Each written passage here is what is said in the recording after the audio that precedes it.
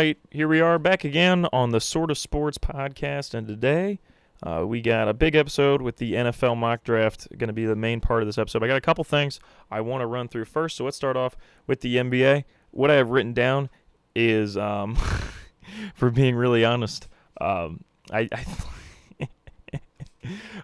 think I took these notes last night, and I was just sitting there trying to think about something I was going to say about the NBA, and I was thinking about Jamal Murray's buzzer beater that he just hit over the Lakers to put the Nuggets up 2-0, and I just wrote, damn, the Nuggets are just so good, so good, because I seriously think it doesn't really matter what team comes out of the East, they're probably going to lose in 5 games to the Nuggets in the finals, maybe 6. As far as the MLB, I'm really proud of the hot start for the guards. Love to see the guards doing well. You know, I got a massive soft spot for them. A lot of my family, Guardians fans. And then WNBA draft, Clark going number 1. Obviously, no surprise. Really going to grow the sport. Very excited for the WNBA. Very excited. And then Reese and Cardozo going to the same team is nuts. The Chicago Sky are very much set with that. And then Cameron Brink going number 2 to the Sparks. She's going to be great for them. Obviously, there's a lot of other great players picked, but those are like the 4 that really stood out to me. Cardozo and Reese in the same team is wild, especially because they got in the fight together and the fact they're both huge. So it'd be quite wild for that Chicago Sky team. You know, I'm really hoping that Caitlin Clark and Angel Reese can basically be like the Magic and Bird to this WNBA. The thing that kind of makes me upset is I feel like they need to have a lot more afternoon games. I think the way you would grow your popularity is by doing afternoon games on the weekdays and night games on the weekends, but they're doing the reverse. They have night games on the weekdays and afternoon games on the weekends, which I do think Sunday afternoon is a good time to put a summer basketball game. That's smart. But I think a lot of your kids would tune in if it was like 1 p.m. on a Wednesday. There's a bunch of kids in middle school that all they do is go to the pool during the day and hang out at home with their babysitter, and they would watch that game. They're more likely to watch that than some game at 8 o'clock, because at 8 o'clock they're probably doing something with their family at that point, maybe their friends. So I just think it would have made more sense to go for a summer thing. I mean, go for an afternoon thing because they're in the summer. But I'm not in charge of making decisions, so I just want to toss that out there. As far as the NFL draft, before we get into my mock, I got to say, I said before we did the draft, I was like, every year they have some guy that before the draft starts, we all have a mock, like going relatively high, right?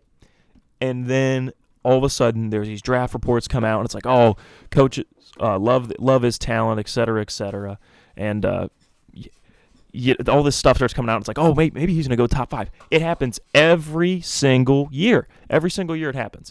A couple years ago, it was Mac Jones. Like, randomly, we just heard that Mac Jones is going to go super high, that he might even go 3rd overall to the Niners. Obviously, that ended up not happening, okay? So that didn't happen.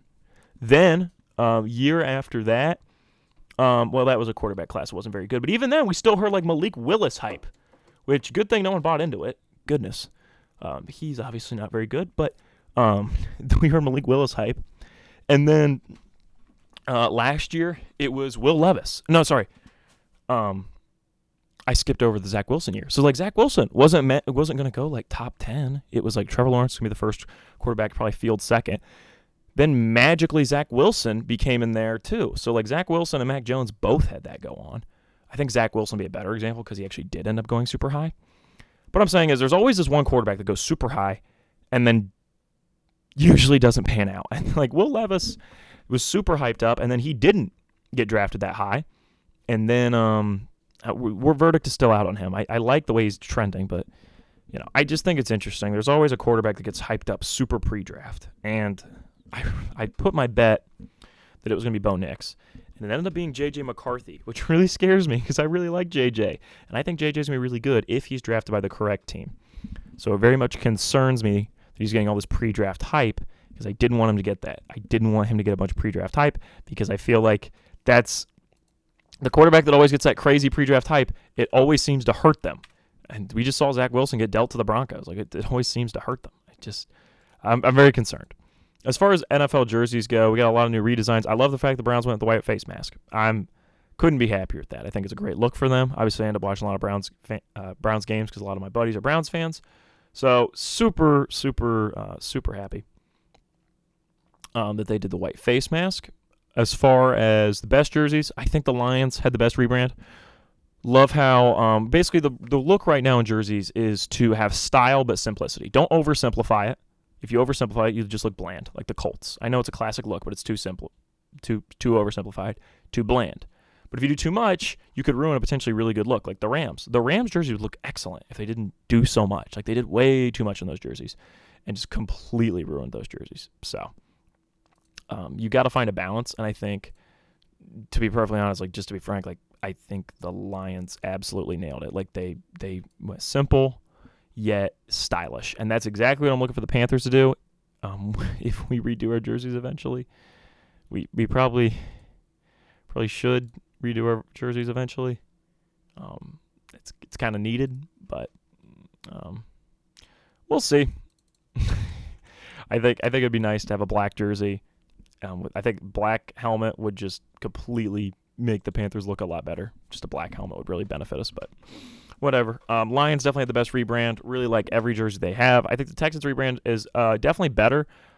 They did do a little too much, I think, which kind of hurt it, but it's still good.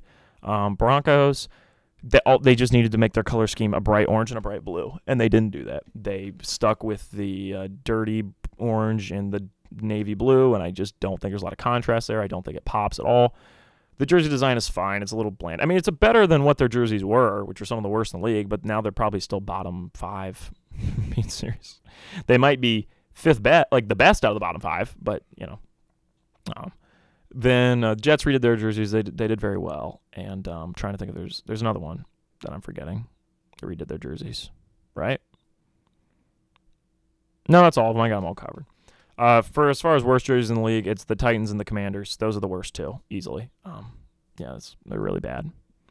Really bad jerseys. Okay. I wanted to touch on something else before I got into the mock. No, I think that's good. I'm serious. Obviously, the Panthers don't have a number one. I mean, not number one. Obviously, we don't have the number one pick. We obviously don't have a first-round pick. So I did the first 32 picks in the draft because I wanted to predict what the Panthers are going to do. So here is officially my 2024 NFL mock draft. So number one pick, I think it's a foregone conclusion. It's going to be Caleb Williams, especially with them trading Justin Fields to the Steelers. This makes a lot of sense. This is what they're going to do. My thoughts on Caleb Williams, everything's telling me he should be an elite prospect, right? And I think about last time a prospect was hyped up this much, it was Trevor Lawrence.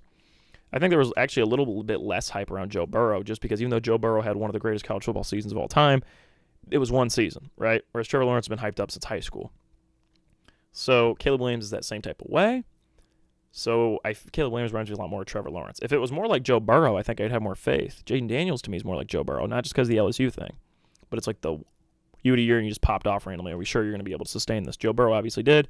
Trevor Lawrence, well, he's not bad. He's not as good as everybody expected. And I'm kind of concerned that's how Caleb Williams is going to be. I'm not sure if he's going to be as good as everybody expects, because people expect him to be like the new Patrick Mahomes. And to me, you all know what I think. I still believe that Super Bowl is going to be Texans over Packers. I feel quite confident in the Texans winning the Super Bowl next year.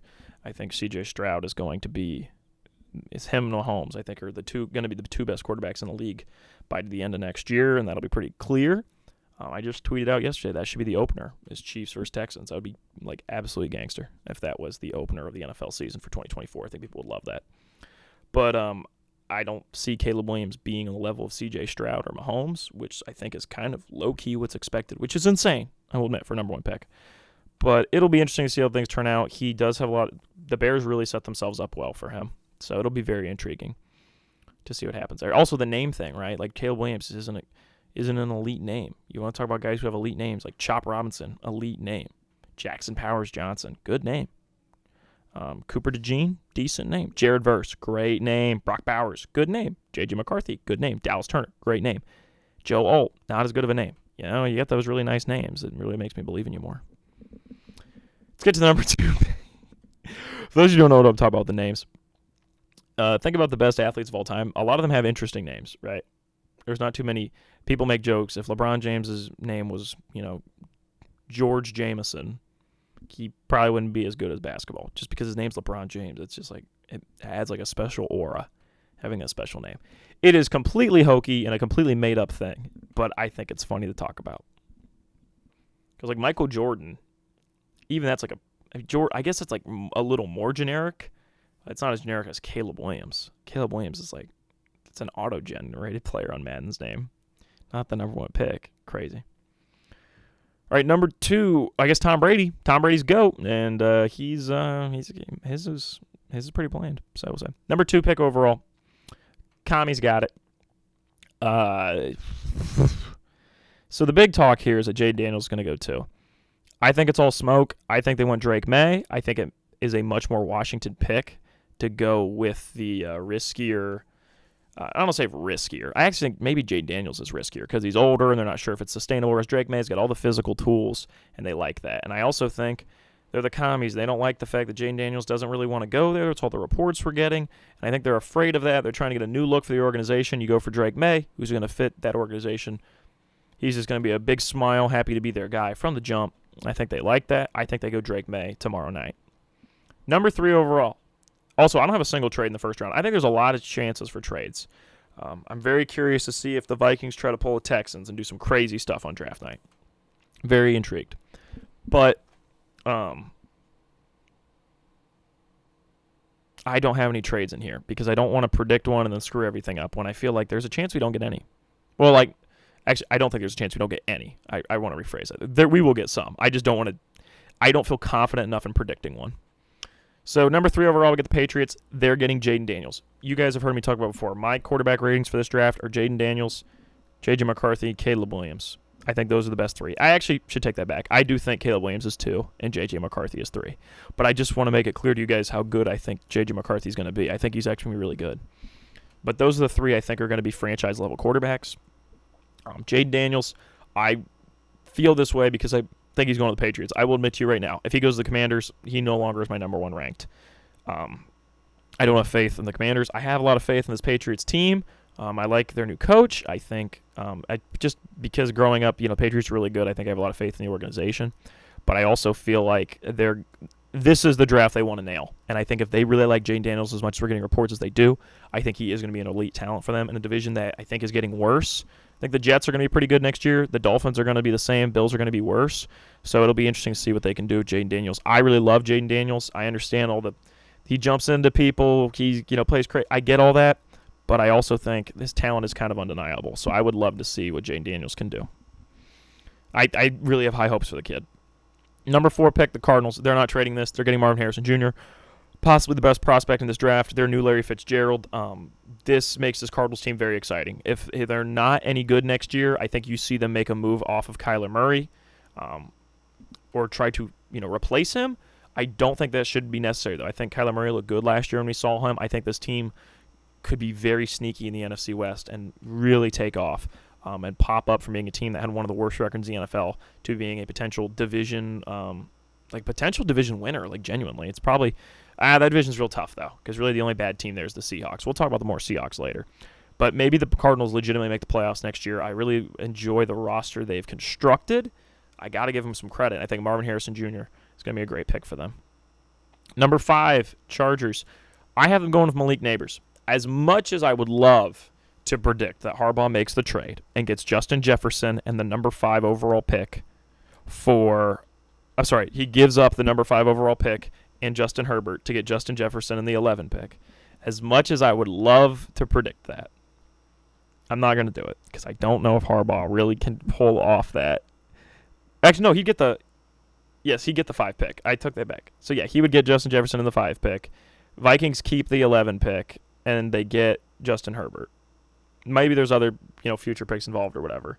But the idea is Harbaugh drafts J.J. McCarthy with the 5th overall pick and pairs him with Justin Jefferson in L.A. That would be the craziest thing of all time. I would absolutely love it. It makes me think about how on Twitter every year everybody talks about how it would be really fun if the NFL didn't do any reporting and didn't do any draft, and it's just on NFL opening night or opening day, when everybody, everybody's first game, you just see the players run out of the tunnel WWE style. So it's the Bears wouldn't actually know who they draft. You would know that the NFL had a draft, but you wouldn't know who went where until the opening day of the NFL season where Caleb Williams runs out of the tunnel. That would be really sweet.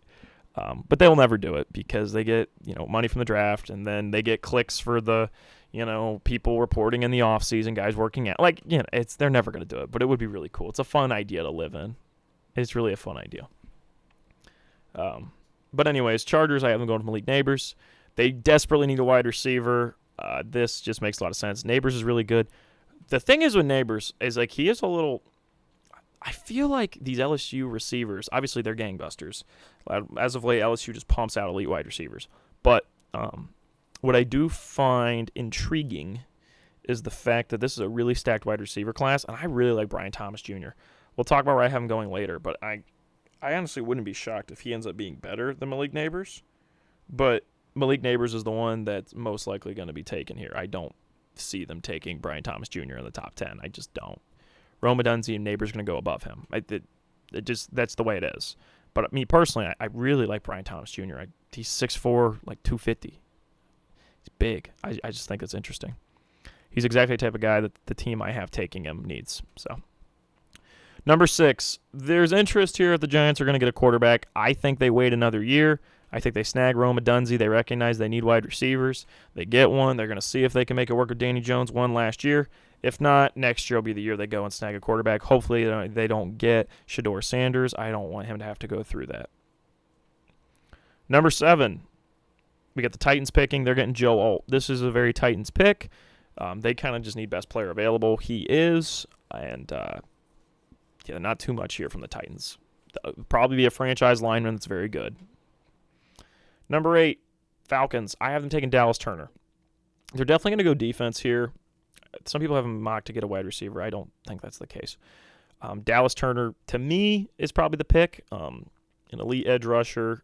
It's like him and Jared Verse are really what you pick in between. Latu has some injury issues, so I don't think he's going to go as high. So to me, I have them taking Dallas Turner, which is then number 9 pick. I have the Bears taking Jared Verse. These picks could flip. I'm being real honest. These picks could really flip. But I have the Falcons going to Dallas Turner, making a very interesting Falcons team. Really like what they have going on. And then the Bears getting Jared Verse. That's an elite draft for them. They pulled the Texans, where you got an elite edge rusher and a quarterback in a draft. And those are the 2 most important positions on each side of the field. So, that's what the Texans did, and it's very much worked out for them. They're a Super Bowl contender this year. Bears are trying to do the same thing. So there you go. 10, Jets. I have them taking Brock Bowers. Everybody has this mocked. It makes sense. Getting the best tight end prospect for a team that needs a tight end that's looking to compete at a high level this year. I think Brock Bowers is an excellent prospect. Makes total sense. Number 11, the Vikings. I have J.J. McCarthy going here. I think if I'm a young quarterback, out of the teams that are going to be drafting quarterback, Vikings, Patriots, Commies, Bears, possibly Broncos, possibly Raiders, right? I want to go to the Vikings out of all those teams. I understand the argument for the Bears. I really do. But to me, the Vikings, you get Jordan Addison, you get Justin Jefferson. 2 really good wide receivers, in my opinion. T.J. Hawkinson, one of the best tight ends. Defensively, not the best team, right? They have 2 first-round picks, though, so hopefully they can. I have them taking a defensive guy later, so a defensive guy I'm a big fan of, too. So if they do the draft, I want them to. I feel like they're really going to be doing well. But J.J. McCarthy, to me, this is the perfect place for him to go. I have high expectations for him, and this would be the place I think he can accomplish them. I think he could kill it here in Minnesota, so I'm very excited with this idea. My buddy Ian looked at my mock draft, and he actually said I nailed it except for this next pick. So I'm pretty proud of the fact that Ian said I killed it on my mock draft. He's like, that's exactly what I think I would do if I was these teams. He's like, except for the 12 pick. I don't like what you have the Broncos doing. And I said, I don't either, but I think the Broncos are suckers, and they're going to do it. With the number 12 pick, I have the Broncos taking Michael Penix Jr. I just think that's what they're going to do. I understand. I don't really think his value is there. I think Penix Jr. would serve better as like a second-round pick to the Seahawks. To me, that makes more sense for him than a first-round pick to the Broncos. But between the fact that they desperately need a quarterback and the fact that the Raiders pick behind them, so it's like if they don't take him, he's potentially joining a division rival. And that could forever haunt you. And so I think they really want to try to avoid that. So I think they're going to go with it. They're going to spin the wheel of chance on Michael Penix Jr. And I don't think Penix is bad. I really don't. I just don't believe he's number 12 pick overall good. I mean, that's insane. We know quarterbacks always go higher just because it's such an important position. But I mean, goodness, 12 pick for Michael Penix Jr.? It's a lot. I mean, there's honestly a world where, let's say the Giants take McCarthy, Vikings go Penix, and then Bo Nix goes 12 to the Broncos. Like, there's a world where they're that desperate. I don't think that's going to be the world we live in because I don't think the Giants are going to go quarterback. But this year, draft night's going to be crazy. Usually I have a lot of faith in my first 3 to 4 picks, both the NBA and NFL. This year, the only pick that's for sure is the number 1 and probably the number 4, unless the Cardinals trade. But like as far as a streak of picks, Jaden Daniels could go number 2 overall to the Commies. Like that's very, very, very, very likely, actually. I'm kind of going against the grain by picking Drake May there. So, whereas number 1 and 4, I feel like are pretty locked. Everything else, it's really up in the air. So I'm having Broncos take Michael Penix Jr. They're searching for the franchise quarterback. I don't know what the Raiders are going to do over the next year because I have them taking Tylese Fuega. That's just what made sense to me when you're them. Just kind of a best player available type of thing. I don't know. Like I don't think it's that really interesting. He's just an offensive tackle from Oregon State. There you go. The next one, I had the Saints. I have them taking Olamiyiwa Fashanu, however you say it, offensive lineman, going to the Saints. Colts, I have them taking J.C. Latham. To me, this makes sense for when you're the Colts. I just think it would be good for them to get him. I mean, he's a offensive lineman. A lot of these guys are O-linemen. 16, Seahawks. This is Byron Murphy II. He's a big defensive tackle. Seahawks, I think, are just going to continue to get worse. I think within a couple years, they're going to be one of the worst teams in the NFL. I think they have a really good wide receiving core. I think they have good running backs. I think they've got good corners. They desperately need help on defense and quarterback. I don't think Penix is going to be here, nor have we heard chatter about them getting Penix. So I don't really know what the Seahawks think they're doing, but they're going to get Brian Murphy II, who's a DT. Yeah, I don't really have anything else to say. I just feel like the Seahawks aren't really the best organization right now, and they got rid of Pete Carroll, which I didn't think was the best move for them anyway. So, yeah. Yeah, Brian Murphy, I guess. I just feel like Seahawks are going to be picking number 1 in a couple years and getting, like, Arch Manning or something. Also, I'm not an Arch Manning fan anymore because he pissed me off because he was not going to be in the new NCAA college football game. So, Shedeur is just officially my favorite college football player. So, just in case you're wondering, for those of you who care. He's got a chance to beat Burrow if he wins a natty. That'll be his opportunity to become my favorite ever. He's got this year, and then obviously I think he's leaving after this year. So, next up, we have the Jaguars taking Terrion Arnold, the corner from Alabama. I understand Quinion Mitchell is ranked as the number 1 corner, and I think he's probably better. The kid from Toledo, that's cool. He's from Toledo. He's a Maction guy getting drafted in the first round of the NFL. But I just think the Jaguars are going to go for Terrion Arnold because I actually don't think it's the best move, but I could just see them doing it. Bengals, I have them taking Troy Fatanu. They need help at O-line. Rams, I have them taking Latu, or exactly how to pronounce it. The guy from Oregon who's like an elite pass rusher. He's an elite, edge rusher. I guess this would be the term. This feels like a very Sean McVay pick. This feels like a guy who's going to be really good for them, and they're going to be super happy that he fell them at 19. Steelers taking Jackson Powers Johnson. This is the most Steelers thing ever, taking a big old center from Texas University. That just, to me, makes perfect sense. That's just exactly what the Steelers would do. And I think it's the right pick. Like, I'm not going to lie. I don't think they should take a wide receiver just because, like, I think it's honestly the right move, but it's just a very Steelers move. Oh, he's from Oregon. He's not from Texas. I don't know why I thought he was from Texas. Next up, I have the Dolphins pick number 21. I have them taking Quinion Mitchell, the corner from Toledo, so getting some action to the Dolphins. They need help at corner. Eagles, I also have them taking a corner. They get Nate Wiggins. I think Nate Wiggins is really good, so that's good for the Eagles. They definitely need help at corner also. This draft, I'm just high on so many guys. Like, I was talking to Ian about it. I was like, dude, I feel like I like all these guys. Like, I think a lot of these guys are really good. I feel like this is a stacked draft. Like, defensively and offensively, I like all these guys. And there's a variety of positions available, too. Like, there's O-line. It's not just, like, sexy players. It's not just wide receiver, quarterback, running backs, edge rushers. Like, there's really good O-line. There's a couple good DTs. There's some good corner. Like, there's a lot of good stuff here in this draft. It's really, I really hope it pans out as well as I think it's going to. Number 23 pick is the Vikings. I haven't taken Chop Robinson. I really like Chop Robinson. I think he has a chance to be the best edge rusher in the draft. From Penn State, we've seen Penn State defensive players obviously go on to very successful NFL careers in Micah Parsons. And Chop Robinson's an elite name. So, like, I have a lot of faith in Chop Robinson. I have him going 23rd to the Vikings, and I honestly think he'll be there, which is Pretty crazy. 24, Cowboys. I'm having them getting Graham Barton. He is an offensive interior lineman. I have him going there. Packers, I have them getting Cooper DeJean. It makes sense. Also, Cooper DeJean just feels like a Packer. Like, I literally could just see him on there. Iowa boy, free safety, playing for the Packers. It just fits. I don't know. Buccaneers, I have them taking Tyler Guyton. I think he is O-line. To be honest, I can't remember off the top of my head. I know I just admitted that I really like all these guys, and then I can't remember this guy. But I literally just couldn't picture this kid for a minute. Yeah. He is. Yeah, he's a kid from Oklahoma and TCU. Yeah, he's an offensive tackle. So that's a good pick for the Cardinals. I forgot I didn't have them going defensive player with the 27 pick. I had them getting offensive tackle. No, that was for the Bucs. That was for the Bucs. Never mind. I take that back. So the Buccaneers I have getting Tyler Guyton. For pick 27, that's the Cardinals. I have them taking Johnny Newton.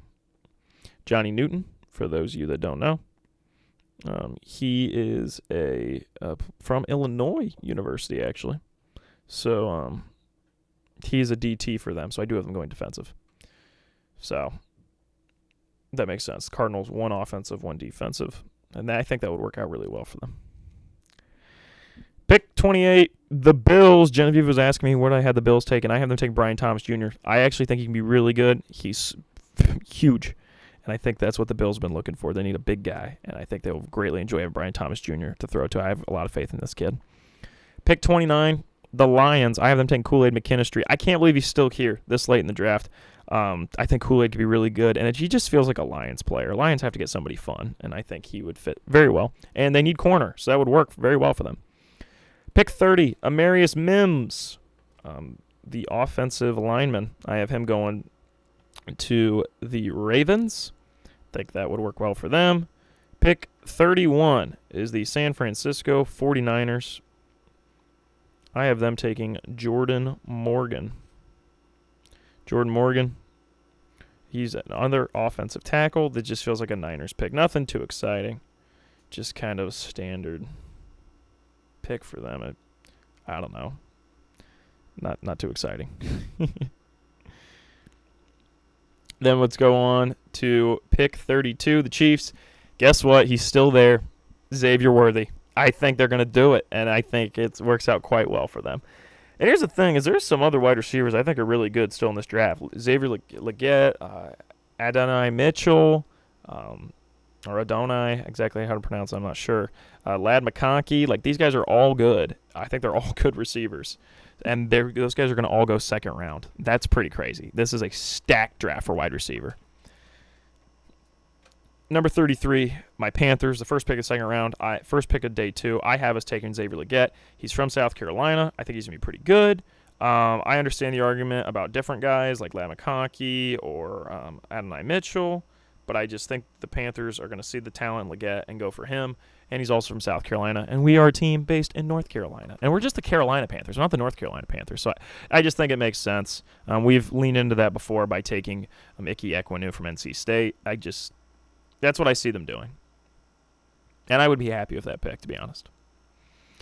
All right, that's all I have on the NFL draft as far as anything else I want to talk about.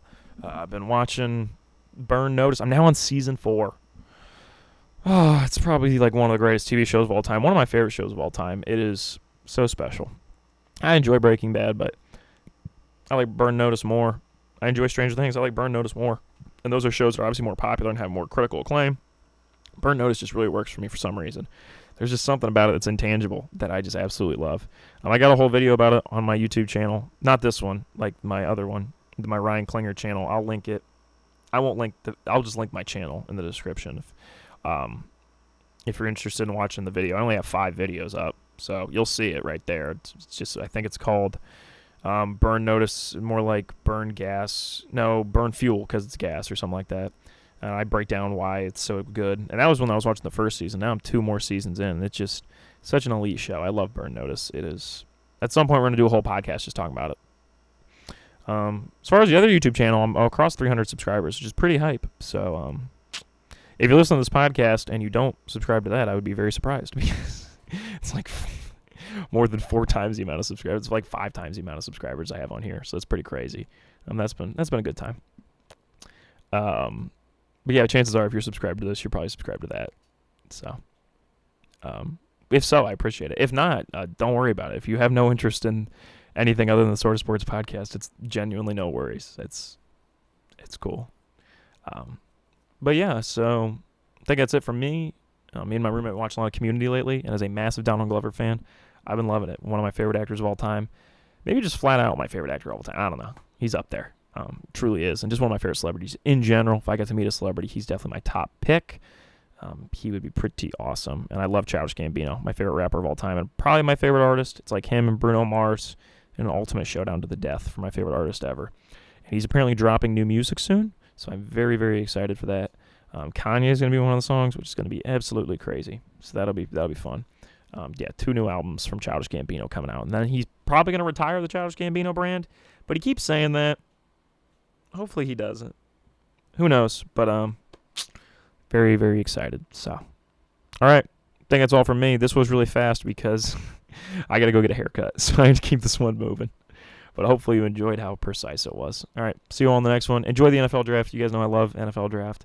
It is the drafts I like pretty much as I like the championship. So like for NBA and NFL. So all right. See y'all.